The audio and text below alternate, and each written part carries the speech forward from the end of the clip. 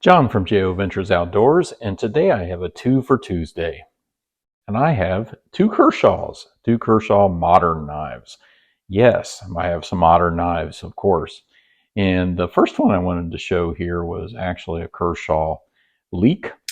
And this is the model 1660. You can see there, I've shown this on the channel before, Ken Onion design. This is a USA made knife, and it has 14, I think it's 14C28N steel. I'll put it down below. I don't know that for sure.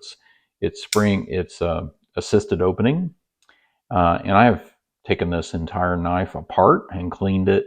And when I bought it, it had a broken tip, and I reprofiled the blade and resharpened it. It is very sharp, and it had a body screw missing. And I contacted Kershaw, and they sent me a body screw set. So, and that actually helped with the centering on this. It's perfectly centered. These normally have a lock, but since the blade has been broken, it doesn't work because the blade's too short to lock. As you can see there, it would normally lock by doing that. So this is normally a Warncliffe blade, but it now has a little different shape. I really like this knife. I carry it occasionally as an EDC knife, and I enjoy it quite a bit. So that's the Kershaw Leek.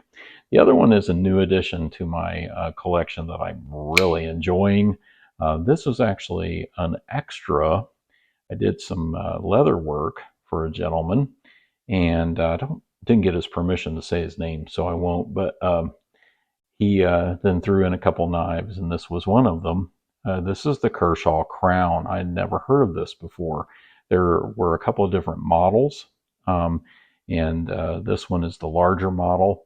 It has 8CR13 MOV steel, and I think this is about a 3-inch blade.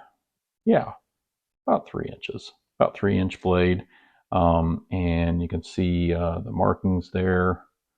3160, I believe is what that says. 3160 BLWM. It has a blue micarta, polished micarta handles. Got this lanyard hole. I put a lanyard in a Randy's WSG bead. It's got tip-up carry with this pocket clip that's not deep carry, but pretty deep carry. And this action is really good. It's got actually a, and I don't know if you can see it or not in this, but it's got one washer, one Teflon washer, and one phosphor bronze washer. A liner lock, as you can see there. Really nice action. I cleaned it up a little bit and oiled the pivot.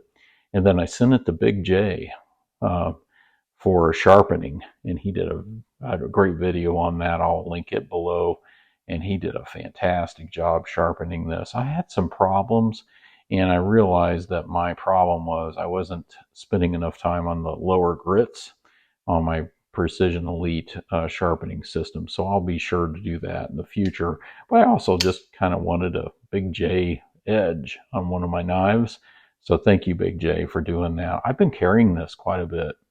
I really enjoy it. I really enjoy it. This is not a very expensive knife. I've looked it up. It seems to be discontinued. But the last post I saw was on Blade HQ for 11 bucks. So I think this was normally like, around a $20, $25 knife, probably in its heyday when it first came out. But, they were probably selling them out or whatever.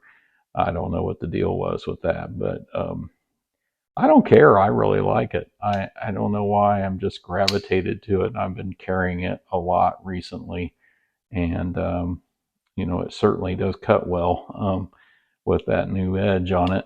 But I'm really enjoying this. Really enjoying it. I fidget with it a lot. So that viewer, you know who you are, and I really appreciate that.